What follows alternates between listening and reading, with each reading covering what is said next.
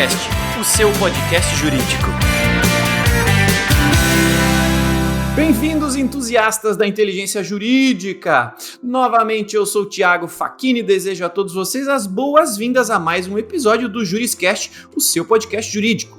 Hoje nós vamos falar aqui com um especialista num tema sensacional que tem tudo a ver com futuro e tecnologia. Mistura essas duas coisas. Hoje nós vamos falar sobre jurimetria e volumetria.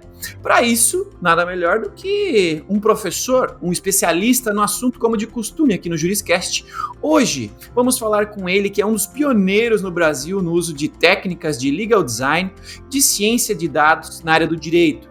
Ele também é membro da Comissão de Proteção de Dados da OAB Federal, presidente da Comissão de Direito, Inovação e Tecnologia do IASP, também é diretor da Legal Score, fundador da Vila Visual Law Studio e consultor de diversas startups de tecnologia, professor, autor de conteúdos ligados a direito e tecnologia. Ele é Dr. Alexandre Zavalha Coelho, especialista em jurimetria e volumetria. Seja muito bem-vindo ao Juriscast. Tudo bem, Thiago? E aí, pessoal, como é que estão? Show de bola, tá aí apresentado e muito bem-vindo. Eu, particularmente, sou um entusiasta da tecnologia, estou muito empolgado para essa nossa conversa, porque é difícil achar especialistas em tecnologia no jurídico, e quem dirá numa parte tão específica da tecnologia e do jurídico, né, do direito. Então, estou muito empolgado, já vou emendar aqui a primeira pergunta, que, além de uma pergunta, é um pouquinho de contextualização, porque o Brasil é um país gigante, né, territorialmente falando. A justiça no Brasil tem basicamente as mesmas proporções, né? A gente tem aí mais 100 mil processos em andamento no Brasil, é muita coisa. Num ambiente tão grande e, consequentemente, tão caótico, apareceu aí a tecnologia e com ela surgiu a possibilidade de digitalizar os nossos processos e com isso aplicar um pouco de tecnologia, né, a esse procedimento, a essa rotina e, consequentemente, obter estatísticas desse acervo. Então, nessa nossa primeira pergunta, eu gostaria de que você, como especialista, pudesse resumir e diferenciar para a nossa audiência, antes da gente entrar a fundo nos temas, o que é e não é jurimetria e volumetria. Tudo bem, é um grande prazer aqui estar falando com vocês, porque esse assunto, na verdade, todos nós estamos aprendendo juntos, né?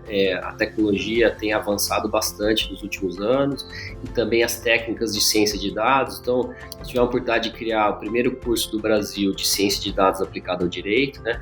Em 2017, no tempo da tecnologia, como se fosse uns 50 anos atrás, de tudo que aconteceu de lá até aqui, e a gente tem discutido justamente que primeiro, né, a ciência de dados é um gênero que tem várias espécies e a jurimetria é uma delas, porque a gente obviamente tem um país com 100 milhões de processos, nosso olhar é muito para processos judiciais, mas a gente também pode ter ciência de dados aplicada a contratos, né, a acordos, porque esse ambiente digitalizado que agora nós temos, né, nos permite primeiro ler de forma metafórica, obviamente, né, com tecnologia, todas as informações que hoje estão perdidas, desestruturadas, despadronizadas, né, organizar. Então você pega numa plataforma, por exemplo, de acordo, é muito legal fazer o acordo via plataforma, mas também é mais legal ainda depois de um ano você poder ver quem fez acordo, quem não fez, qual o perfil do advogado, qual o perfil da região, né, contrato a mesma coisa, num M&A, que contrato tem risco, quais são as cláusulas mais importantes, ou que cláusulas deram problema na justiça,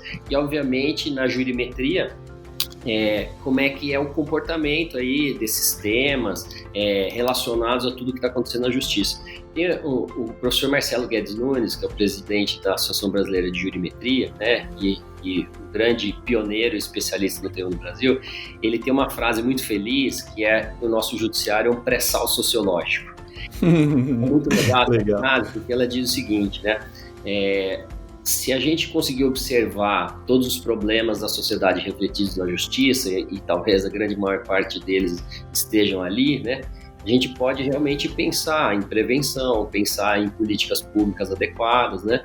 Então, toda essa questão de dados abertos, ela é muito importante e com certeza agora a gente tinha esses 100 milhões de processos no papel, né?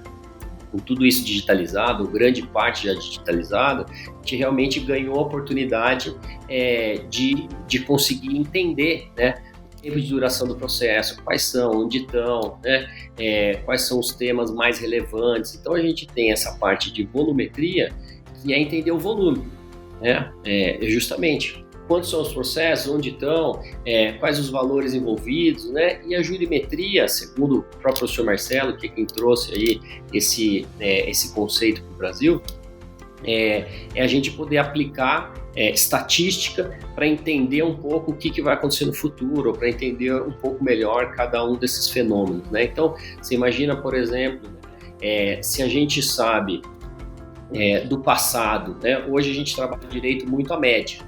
Então, se a gente entende que num estado a média de acordos é R$2.000, pode ser que numa cidade seja 1.000 e na outra 3.000 e ninguém esteja no 2.000. Você vai propor um acordo de 2.000, que está errado nos dois lugares, né? Então, se a gente conseguir agora, por exemplo, entender qual é o valor ideal de acordo ou qual é a condenação correta daquele tema em cada cidade, obviamente a gente pode projetar para o futuro uma política de acordo muito mais eficiente, que possa, né, ter ganhos financeiros para a empresa, que possa chegar mais próximo do que as pessoas imaginam. Se a gente também consegue projetar no futuro quantos processos vão acabar por mês e por quanto, usando essa metodologia, né, a gente pode também gerar para as empresas e os escritórios de advocacia serviços melhores e mais precisos nesse sentido, qual vai ser o fluxo de caixa que ela precisa, né, se organizar aí para o futuro. Ou se ela quiser fazer um acordo agora, qual é o valor presente, líquido, né, desse valor, o que vale a pena para ela pagar hoje, se ela sabe que esse processo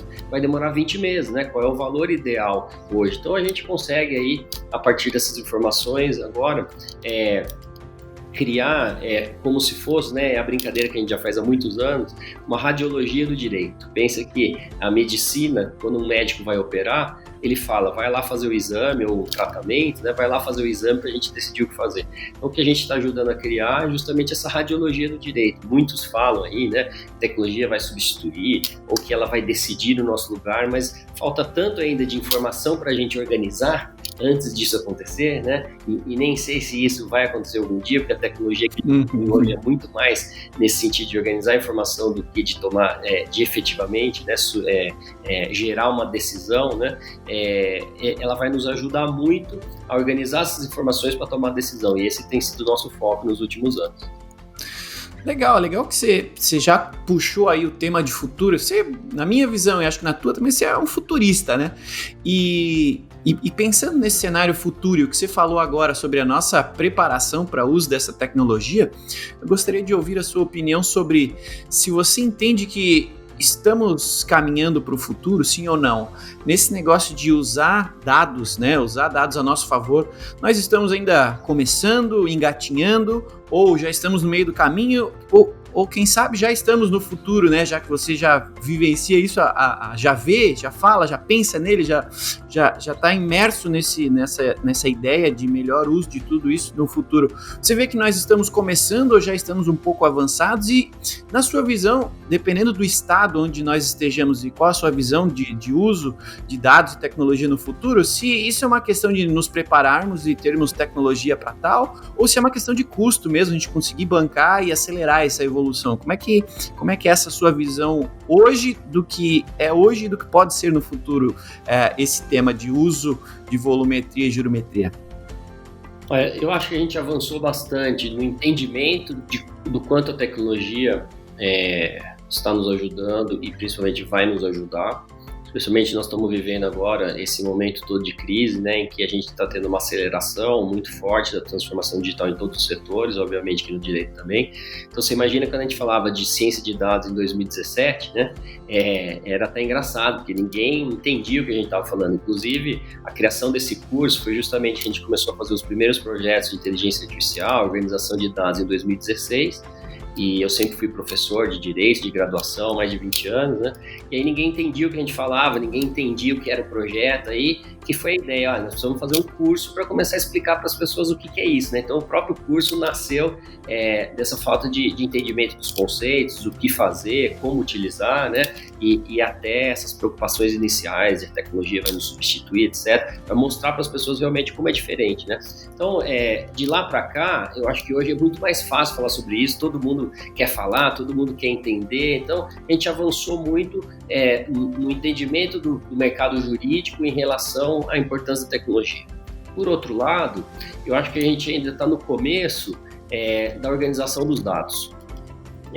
Tem um projeto legal da NASA, né, que ela pegou vários amadores, mapeou o céu e falou, olha, cada um vai olhar aqui um pedacinho do céu, vai entregar as informações para a gente e nós vamos mapear o céu inteiro. Então, eu acho que no direito vai acabar acontecendo um pouco disso, porque você imagina 100 milhões de processos, quantos temas diferentes e formas diferentes de entender esses temas no Brasil inteiro, né? Então, a tecnologia ela já existe, nós temos a mesma tecnologia que tem no mundo inteiro, nós estamos nada atrás, muito pelo contrário, em várias coisas nós estamos na frente, a gente tem viajado bastante, tem muitos contatos internacionais com professores de fora, né? Realmente nós estamos fazendo aqui no Brasil muitas coisas avançadas aí, especialmente nessa área do contencioso, mas ainda falta muito organização de dados. Quando a gente faz um projeto, né, isso que todo mundo fala, o robô já sabe como é que o robô já faz isso, o robô já faz aquilo.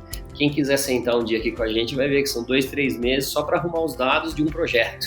E aí você fez um projeto da área da saúde, isso não funciona para a área de energia, isso não funciona para outro setor, porque os temas são diferentes, né? Então é lógico que o conteúdo acumulado, principalmente nessa questão de, vamos dizer, biblioteca de entendimento jurídico pela máquina, né, de termos, etc., ele vai aumentando, mas ainda é muito trabalhoso, né? Então, o que a gente tem que entender, e o pessoal às vezes fica bravo comigo, todo mundo fala assim, não, mas é a hype, né, da inteligência artificial, e eu falo que nós estamos na era do cadastro. Nós estamos na era do cadastro, porque a tecnologia não funciona. Então, um exemplo simples, né, que a gente estava falando aí da medicina, que é o exemplo que a gente sempre dá. O erro médico normalmente é escrito ação indenizatória. Então você vai lá, organiza tudo, o erro médico, padroniza na planilha, sobe no sistema, tudo belezinha. E aí você põe no BI, né, que são essas ferramentas de cruzamento de dados. Então você sabe quantos erros médicos tem no Brasil, onde estão, etc. Aí no mês seguinte a pessoa pega lá o sistema, sobe um processo novo, escrito ação indenizatória. Todo aquele esforço já era. Aquele BI não vai funcionar mais. Você vai fazer uma pergunta, condição, já não é verdadeira a informação, né? Então a gente tem que entender que tudo isso depende de uma cultura de organização da informação, porque a gente tem lá 20 campos no sistema, normalmente a gente preenche 10, e dos 10 que a gente preenche, a gente põe SP, S.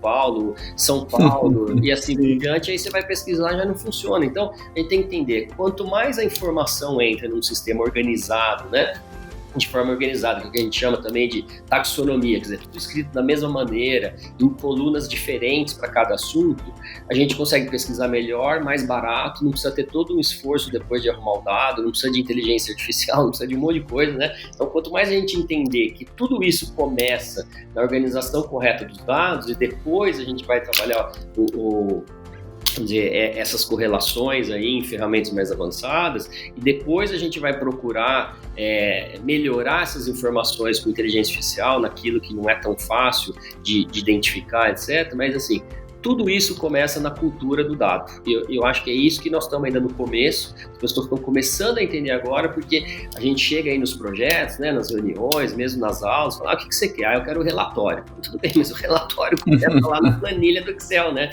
Começa lá na entrada do dado, não adianta começar pelo relatório. Então, é algo trabalhoso e um pouco diferente aí do que as pessoas imaginam de como as coisas estão prontas.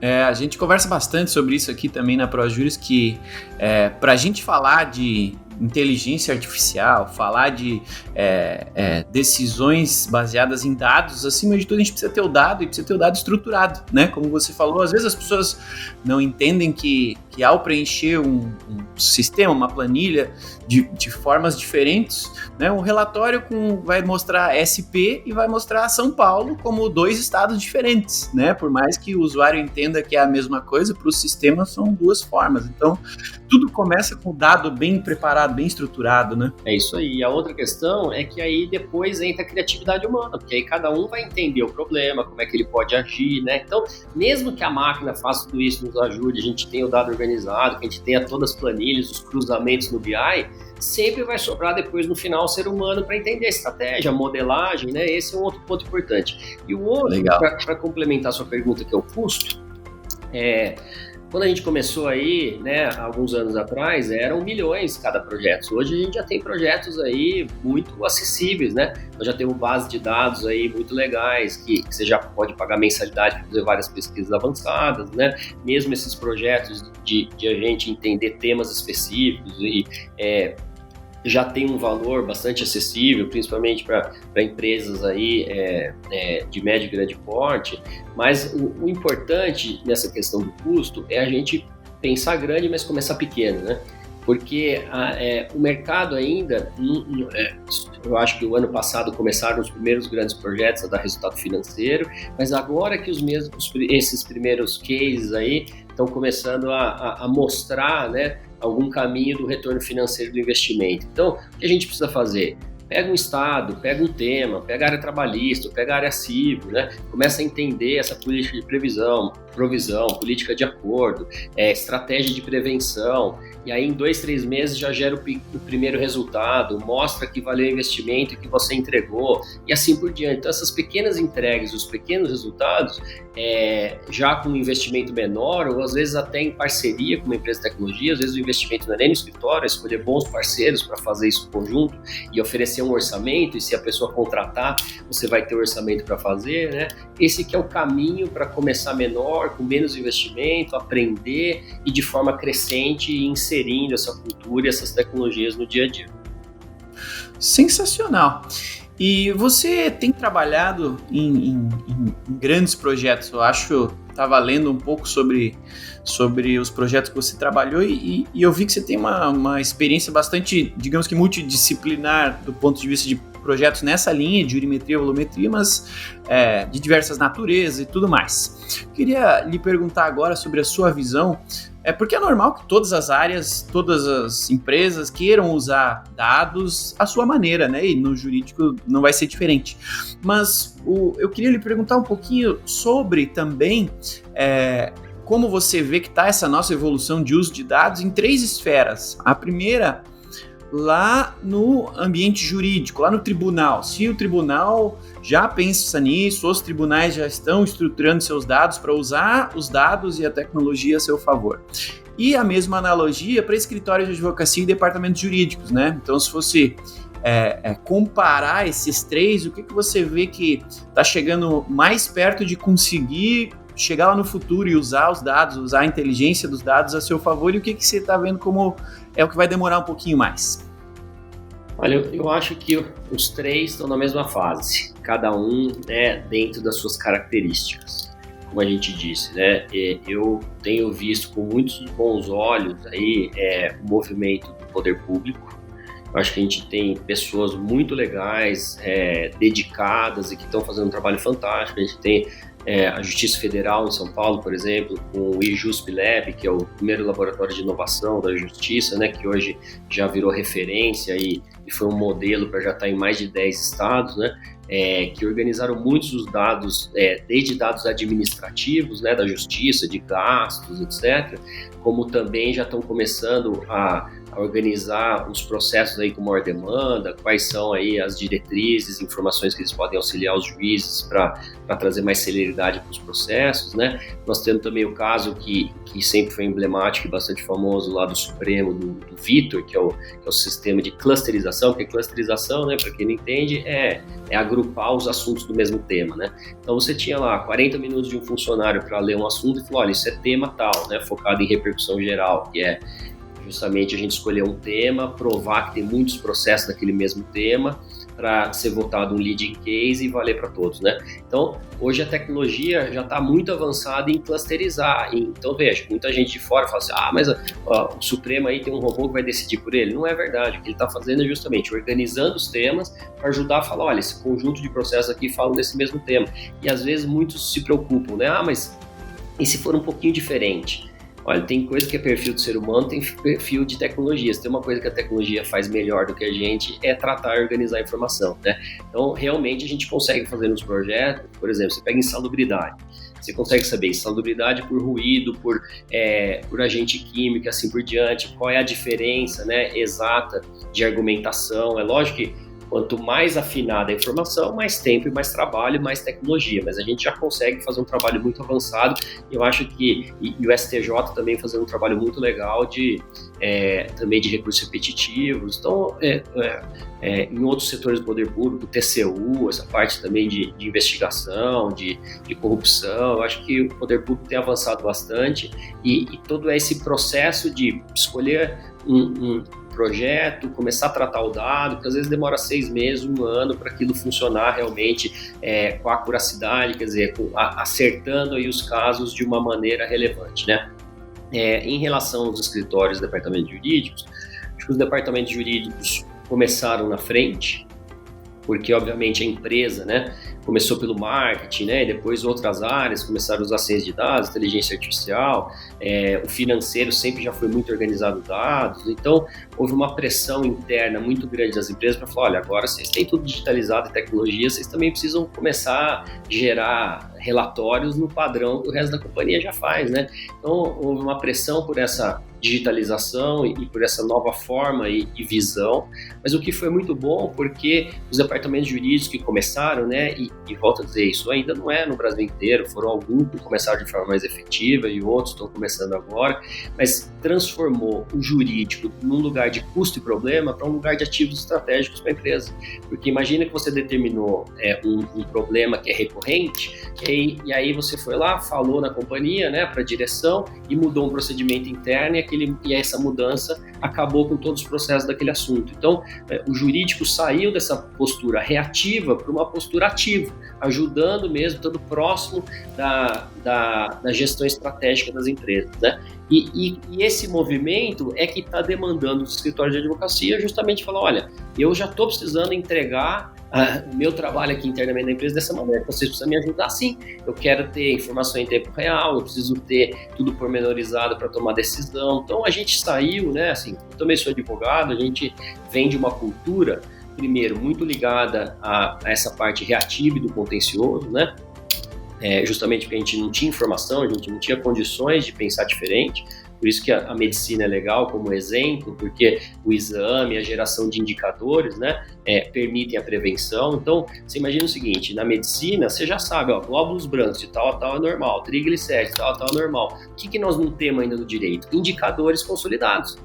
Então, a gente precisa arrumar o dado, agora a gente precisa começar todo mundo junto a gerar indicadores para a gente pegar o exame e conseguir falar, olha, esse com esse é tal doença, eu preciso tratar de tal maneira, né? Então, a gente está justamente nesse momento em que cada um está com seus projetos, começando numa parte, começando a gerar resultado, começando a gerar indicadores, e a gente tem um processo coletivo aí nos próximos anos de organizar a informação, gerar indicadores, e isso realmente vai ser um salto muito grande para o direito em qualidade de trabalho, qualidade de informação, assertividade e mensuração de resultados. Legal, concordo com você e tenho ficado muito feliz. Recentemente eu conversei com um cliente aqui da ProJuris que instalou o nosso BI lá na base dele de ProJuris e o legal é que assim, esse negócio de usar dados não fica, como você falou, só no contencioso, só na análise de processos, dá para usar para contratos também, dá para usar para ver as requisições ao jurídico, né, ver como é que o time está tratando, quem está mais alocado, menos alocado, quem faz mais o que, menos do que, quem que é mais ou menos produtivo. Tem uma infinidade de formas de usar os dados e que cada empresa, cada escritório tem uma realidade e é possível melhorar essa realidade. Tem cliente que demorava 20 dias para conseguir fazer o relatório do provisionamento para apresentar para a diretoria e hoje consegue usar no BI e ver em tempo real, sendo que antes de ter uma ferramenta demorava 20 dias para pegar todas as informações de todos os escritórios internamente, confirmar os dados, calcular, botar no PPT, e hoje em dia já dá para fazer isso em um dia, em um clique, ver em tempo real como é que está a situação. Óbvio que tem que ter o dado estruturado, tem que ter um humano por trás fazendo análise para dizer se é possível, se é provável, se é remoto, qual que é o valor, mas pô, tem tecnologia, tem dado, obviamente a questão de usar da melhor forma possível o que está disponível hoje em dia, e vai ter cada vez mais tecnologia e vai ser cada vez menos difícil, concordo? E por isso que, assim, o que a gente tem que fazer agora, e eu sou apaixonado pela área de educação, acho que de tudo que eu faço, ser professor é aquilo que mais me realiza pessoalmente, né? O que a gente precisa agora é justamente ter uma formação adequada para essas novas habilidades e competências, né? E uma parte a gente vai ter na educação e outra parte nessa prática do dia a dia, começar fazendo, né? Pegar um projeto lá, entender os dados, porque tem um outro aspecto muito relevante e que as pessoas estão começando a entender agora, que é essa questão da modelagem, né? E que ela é muito ligada ao ser humano, porque é uma regra que a gente vai criar e vai conseguir, com o tempo, automatizar. Então você pensa o seguinte: você foi lá, estudou todas as variáveis e falou, olha, esse assunto é elegível para acordo, né? Porque o elegível para acordo não é só o valor, que pode ser uma coisa de 1 centavo, mas ela é estratégica, certo? Então, vamos imaginar, pelas várias questões aí, você escolheu, olha, esse assunto é elegível para acordo, ótimo. Então, nós entendemos o seguinte: qual é o valor ideal para acordo nas diferentes cidades aí em que a empresa atua, certo? A partir disso, a gente consegue entender qual o tempo médio aí, ou esperado desse processo, e quando aqui a gente vai ter que desembolsar esse valor do acordo ou da condenação. Então, se a gente tem todas essas informações, a gente consegue calcular, então, aquilo que eu vou pagar 2020 meses, quanto seria hoje, certo? Que é esse chamado VPL, o valor presente líquido, né? Então, se eu já sei toda essa regra, você concorda que a gente pode já criar uma formulinha e deixar isso automatizado? E aí, então, caso novo, aí o robô, entre aspas, né, vai perguntar, é elegível para acordo? Esse assunto é elegível para acordo. Segundo, qual o valor ideal do acordo? Quanto tempo? Quanto seria o valor ideal hoje? Olha, se é 2.000, o valor ideal hoje é 1.000. Então tá bom, então abaixo de 1.000 a gente pode fazer acordo. Então, você concorda que isso com o tempo pode estar automatizado e entrou um caso novo, já pode ver essa resposta na hora?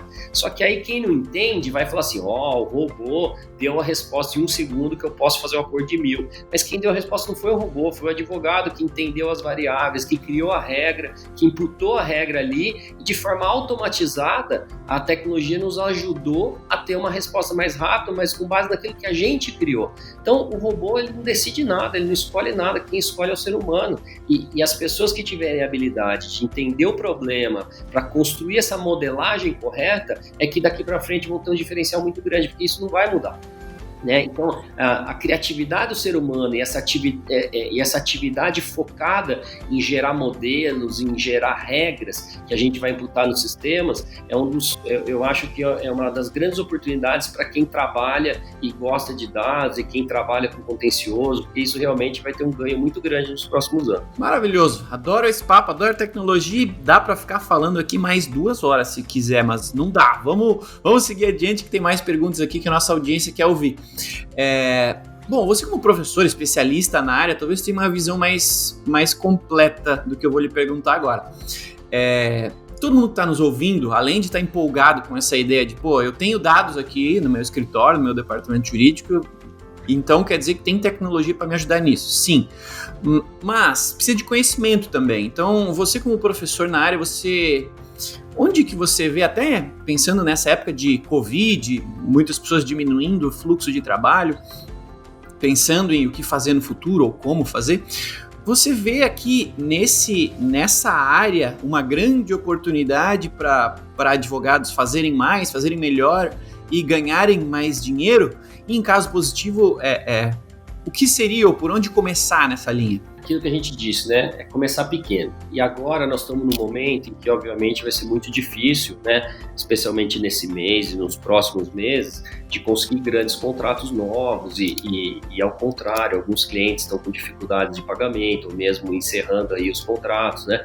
Então, é o momento de a gente olhar para dentro, olhar com os clientes e realmente começar a entender de forma muito minuciosa os seus dados e onde estão as suas oportunidades, né? Então, sentar do lado do cliente, agora aí de forma virtual, né, por meio dessas videoconferências, mas sentar junto com o cliente e pegar linha a linha e começar a entender ali quais são as oportunidades de diminuir custo, muito ligado também a risco, o que a gente pode fazer que vai ter um risco menor de exposição no futuro, justamente essa questão de acordo ou de provisão, como é que você vai realmente afinar esses números para ter um ganho. Então, eu acho que é estar próximo do cliente, do seu próprio cliente nesse momento, e começar em pequenos projetos a dar resultado financeiro que vai fidelizar, vai manter a sua remuneração, né? E certamente vai te trazer uma expertise para começar com o tempo a ganhar. Eu já estou trabalhando isso há 5 anos, muita gente acha que tudo isso tem gerado aí para o mercado como um todo já grandes valores, mas eu acho que 2020,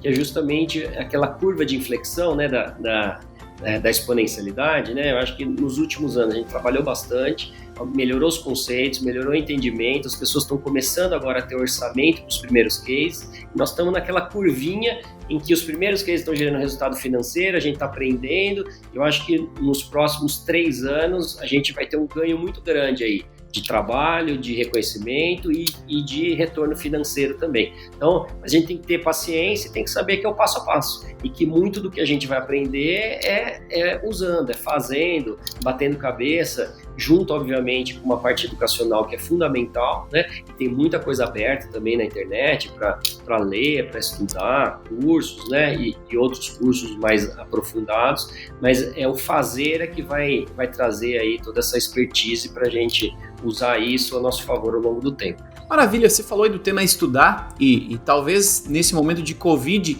sobre um pouquinho de tempo para estudar, né? E eu não coloquei aqui na nossa pauta, mas se você tiver aí alguma sugestão como professor, né? Alguma referência de tema ou de curso ou de pessoa ou de empresa, referência, sei lá, para indicar para essas pessoas que estão nos ouvindo e que querem estudar o tema, estudar cases ou eventualmente até fazer um curso, algo na área. O que você recomenda para quem ouviu, gostou e quer se especializar ou quer se aprofundar um pouquinho mais em usar dados, jurimetria e volumetria? Por onde começar? Eu acho que se vocês pesquisarem, né, justamente ciência de dados e direito, né, que obviamente que boa parte disso está em inglês, então é o Data Science, né, Law, que vocês vão ver que existem muitos cursos abertos. Nesse momento nós estamos, inclusive, muitos webinars de faculdades aí internacionais. Ontem teve um em Harvard, no começo do mês teve um em Stanford, né, que foi um dia inteiro aberto, só com pessoas falando sobre esse assunto. A gente tem muitas atividades aí acontecendo no mundo todo. Tem um site sobre tecnologia e direito que eu leio muito, chama Artificial Lawyer, fala aí sobre todo esse movimento aí global de tecnologia na área do direito, como as pessoas estão aplicando, né? Obviamente nos outros países o contrato é mais forte, aqui é contencioso, e tem uma área nova muito legal que eu tenho me dedicado também, que é o Legal Design e o Visual Law. Legal Design é justamente como é que a gente resolve problemas de forma diferente, né? Que a gente criou uma metodologia de trabalho que pega o dado estruturado, arruma o dado, entende o problema, depois o que a gente faz com isso, e na última camada, como é que a gente entrega essa informação. Então, essa parte do Visual Law, que muitos já começam a usar também, como simplesmente deixar uma petição bonita, alguma coisa assim, não é bem isso, como é que a gente vai entregar a informação adequada para cada tipo de público. É diferente entregar para um juiz, para um departamento jurídico ou para um cliente de um laboratório, que é um trabalho que a gente fez essa semana, porque que ele tem que compartilhar os dados dele do exame, obviamente, né, anonimizados, para colaborar com pesquisas no mundo inteiro, né? A linguagem é totalmente diferente, nós estamos num vídeo explicando de uma maneira bem lúdica, né, para essa pessoa, etc. Então, uma das maiores inovações que vão acontecer nos próximos anos, até porque mudou a cultura no mundo, né, do celular, da informação rápida em tempo real, essa questão da mudança da linguagem jurídica, né? Inserindo imagens, melhorando, aprimorando a linguagem para cada tipo de público, obviamente sem perder o texto e os requisitos formais no direito. Então, eu acho que essa questão do legal design ele é muito legal para se estudar, porque ela agrega tudo isso que a gente está falando. Ela agrega a tecnologia, agrega a organização de dados, agrega novas formas de resolver problemas, né? E também essa parte de como entregar a informação. Então, eu tenho me dedicado bastante a esse tema e, por exemplo, um dos projetos mais legais que eu participei foi os primeiros casos aí, se não o primeiro mesmo, de uso de inteligência artificial auxiliar no requisito objetivo de um recurso repetitivo no STJ, né, voltado para concessão de remédio fora da lista da Anvisa. Então a ideia nós vamos esperar milhares de processos ou nós vamos entender melhor o problema? Então nós lemos milhares de processos e conseguimos mostrar, olha, realmente, nós temos esse número de processos no Brasil, porque ninguém sabia, nem o judiciário, que cada um estava escrito de uma maneira diferente, né? Com base nessa informação, falando, então, o que nós vamos fazer agora? E aí a empresa falou, olha, eu tenho um recurso aí que vai ser votado lá no STJ, então a gente pode levar esse estudo que mostra, né, como se fosse mesmo a radiologia, e está satisfeito o requisito objetivo do IRDR, do recurso repetitivo. E de fato, né, então você veja, o trabalho jurídico de ir lá, levar o memorial, de fazer todo o trabalho, de decidir o que fazer, foi tudo do advogado.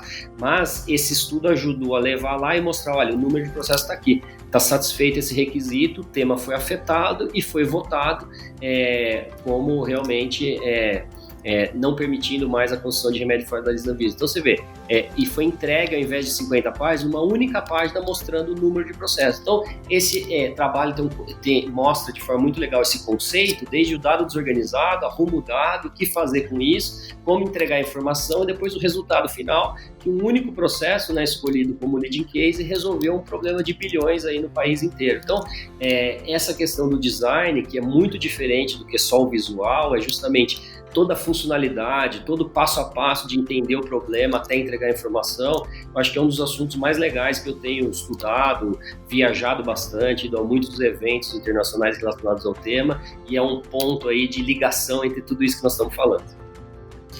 Que maravilha, eu diria que esse exemplo e toda essa nossa conversa aqui tem sido inspiradora. Acho que acende aqui uma luz verde positiva aí para todos nós que trabalhamos aí na área jurídica, com o direito, porque o futuro parece que será cada vez melhor, né? Considerando, inclusive, esse exemplo que você acabou de dar, infelizmente a gente está chegando ao fim aqui do nosso episódio e eu queria, então, finalizá-lo justamente com isso, para dar um pouco de inspiração para nossa audiência no ponto de vista de você, como especialista na área, já envolvido em alguns projetos, se você pudesse citar um ou dois exemplos de projetos que você já viu utilizando ciência de dados aí no direito, seja no Brasil, seja fora, mas uma utilização prática com resultado real prático para dizer, olha, isso aqui já aconteceu, tem um case, e as pessoas entenderem, poxa,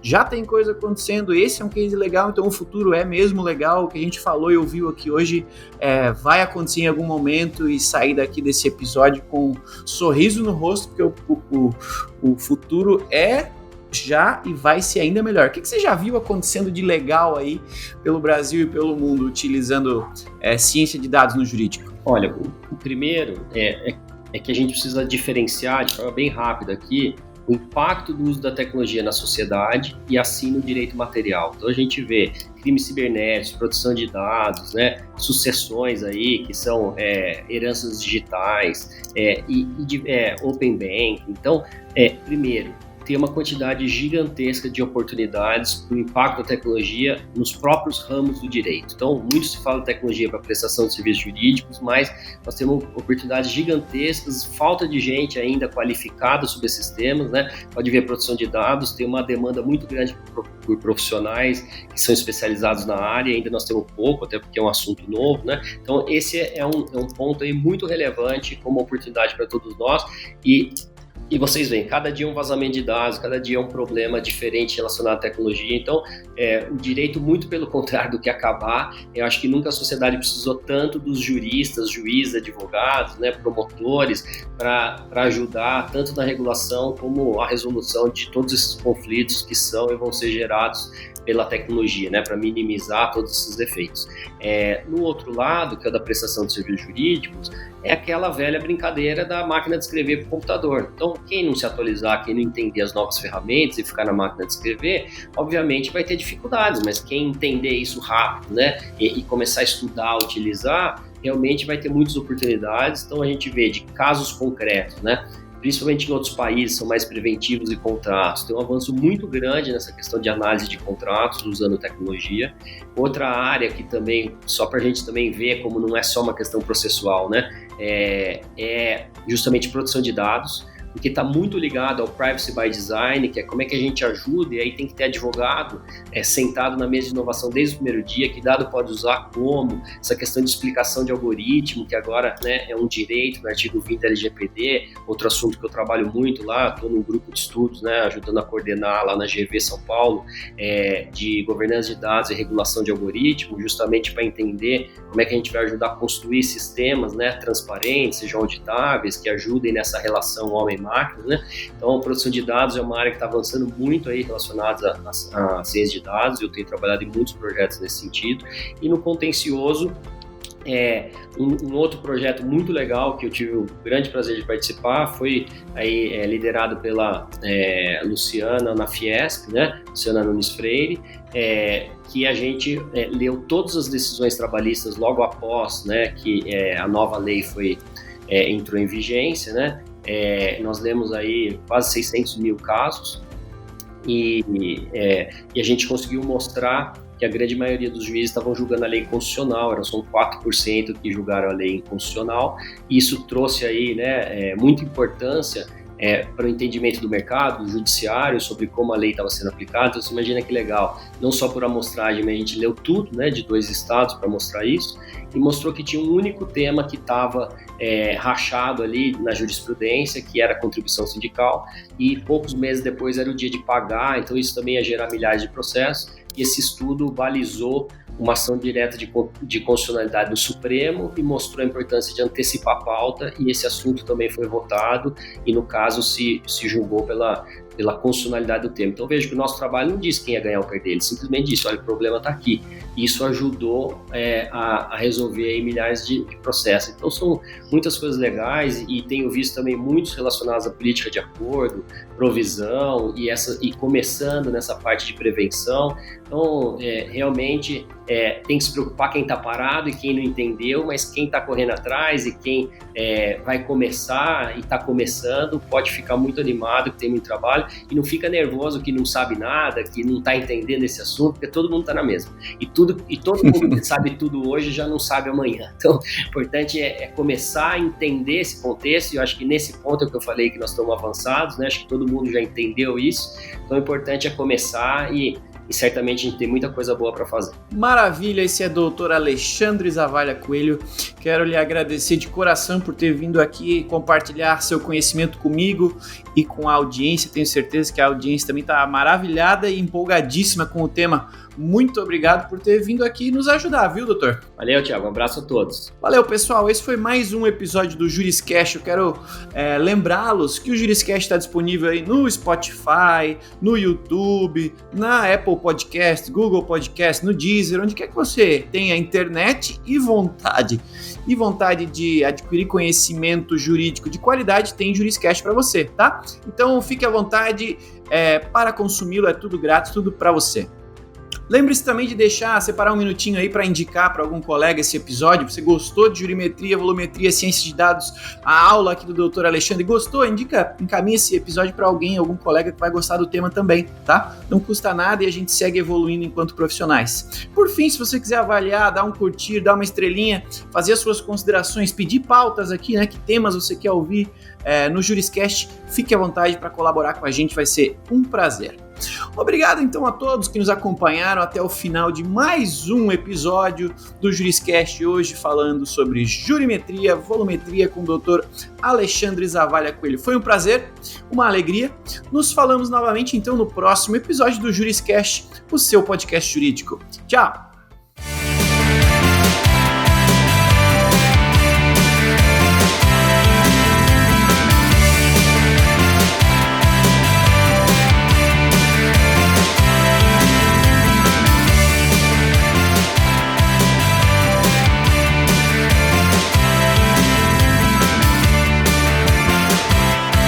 Você ouviu o Juriscast, produção e oferecimento da ProJuris, líder no desenvolvimento de software jurídico para departamentos jurídicos de grandes empresas e escritórios de advocacia. Conheça mais em projuris.com.br.